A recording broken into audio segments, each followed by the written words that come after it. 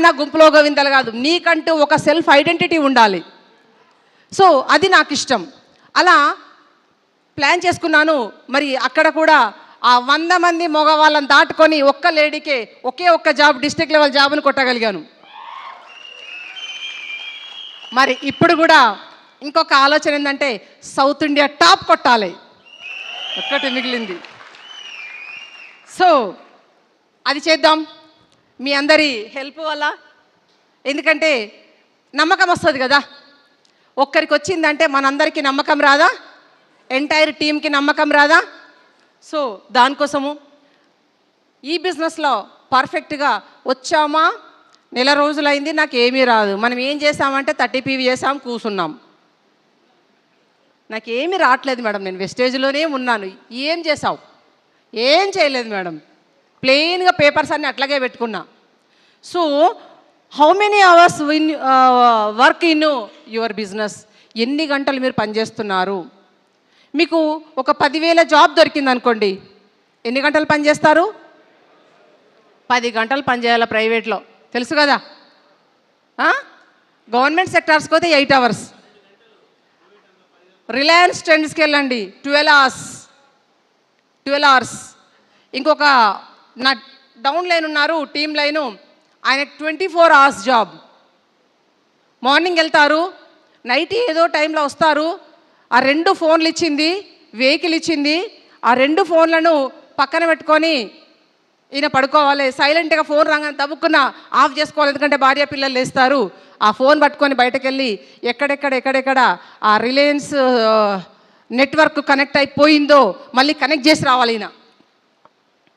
అలాంటి వ్యక్తి నా దగ్గరికి బిజినెస్ ప్లాన్ వినడానికి రాత్రి 9:30 తర్వాత వచ్చేవాడు.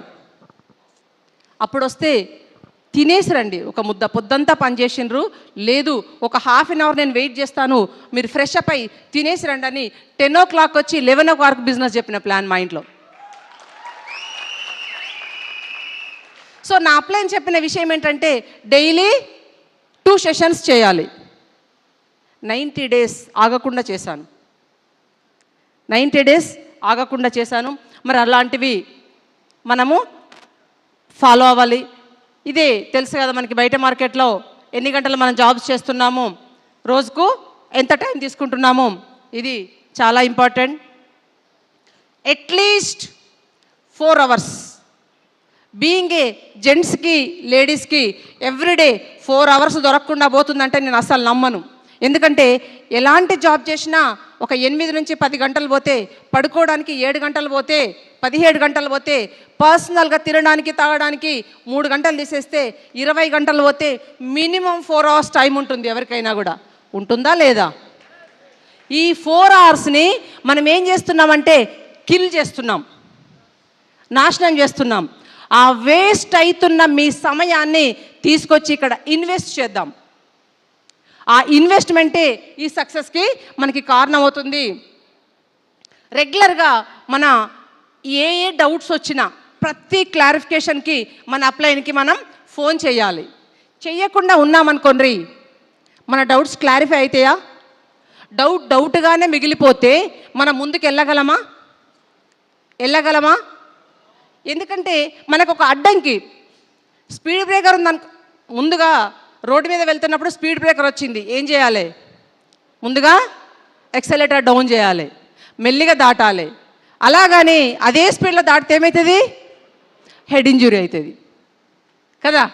సో మనకు ఏ పనిలో అయినా ఏమన్నా చెయ్యండి మీరు, హడ్డిల్స్ లాని ప్లేస్ అంటూ ఉండదండి. సమస్య ఎవ్రీవేర్ ఉంటుంది, కానీ దాన్ని ఎట్లా ఓవర్కమ్ చేయాలి అనేదే చాలా ఇంపార్టెంట్.